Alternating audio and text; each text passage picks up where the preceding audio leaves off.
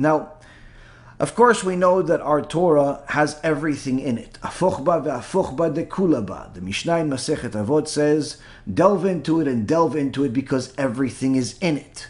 Now, can we find this whole situation, this identity crisis, in the Torah?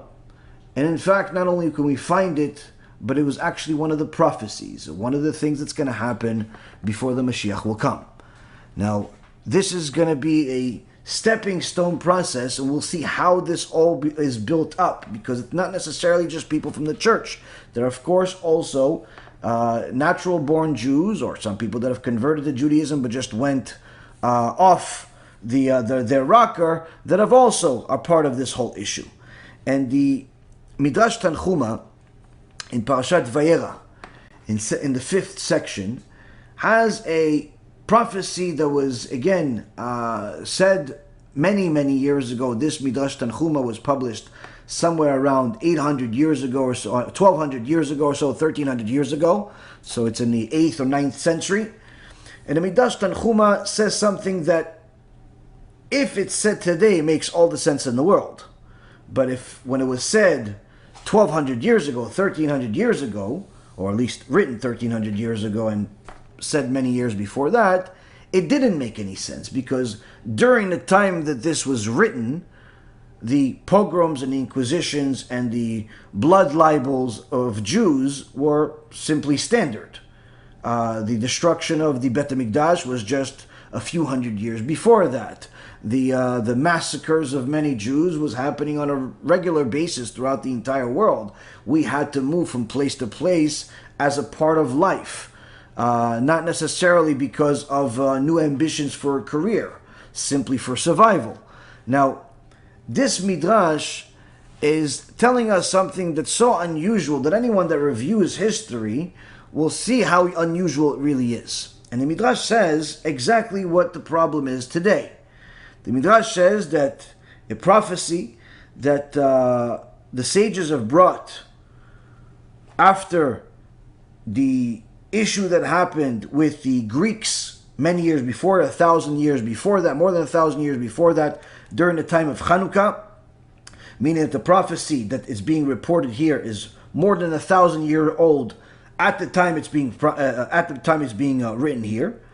But this particular prophecy is, to us, breaking news. We've discussed it.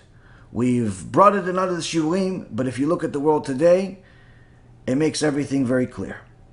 And the prophecy is as follows.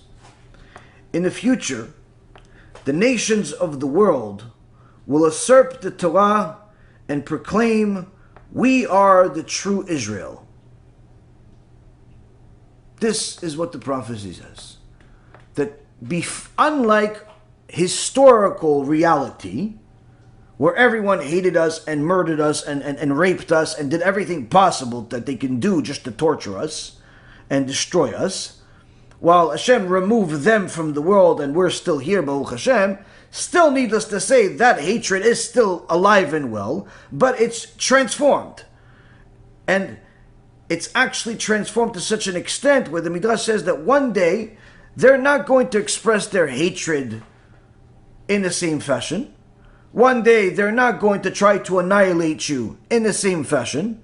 One day they're not going to try to obliterate and destroy the Jewish people and confuse in the same fashion. But rather they're going to do something new. Something completely unorthodox. Something the opposite of reality, the opposite of logic. Which is, they're going to say that they are the real Jews and not you.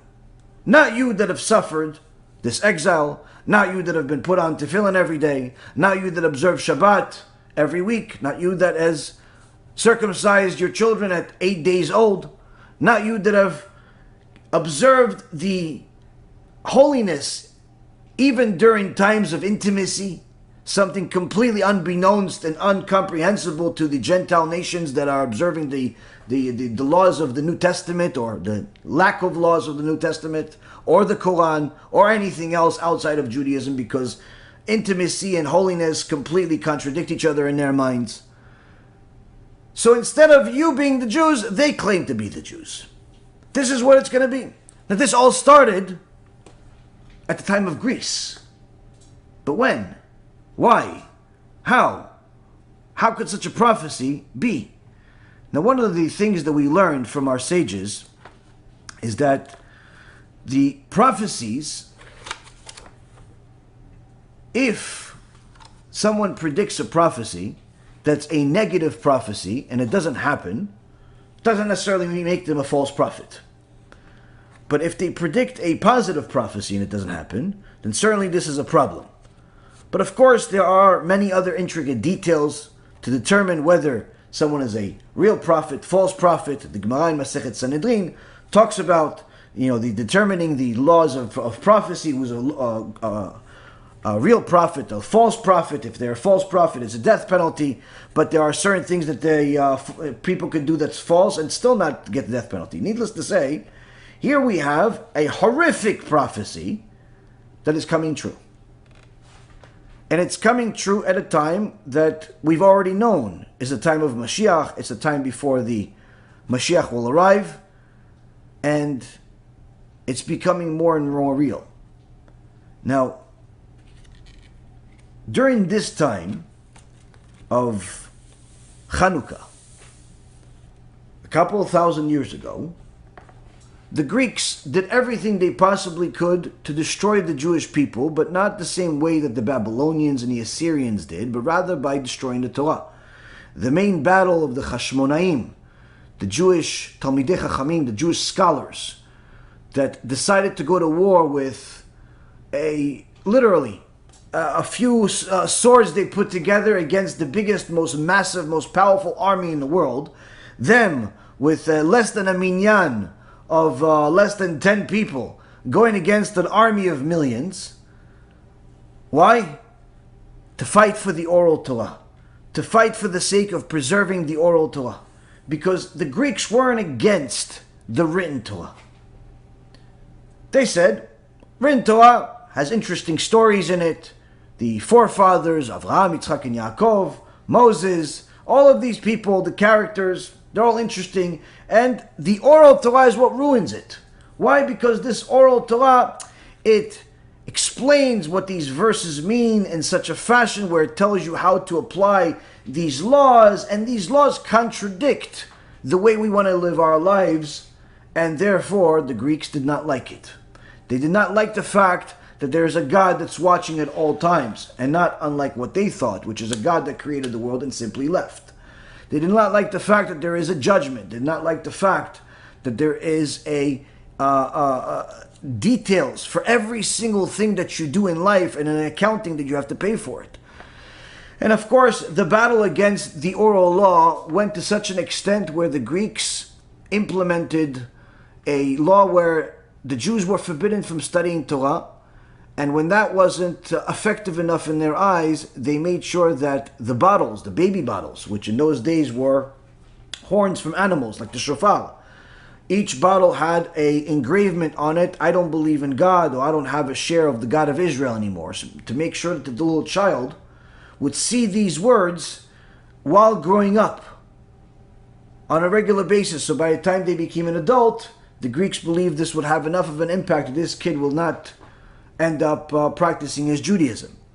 And all of this was, in essence, to fight against the Oral Torah. And that's, in essence, what the Chashmonaim were fighting for. During this time of Chanukah, the tiny band of Torah scholars, recognized as the Chashmonaim, decided to go and sacrifice their life, because there was no rational way of actually winning the battle. Sacrifice their life for the sake of the Oral Torah.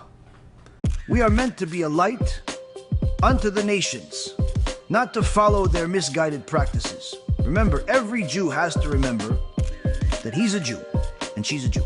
We don't celebrate non-Jewish holidays, even if they seem harmless.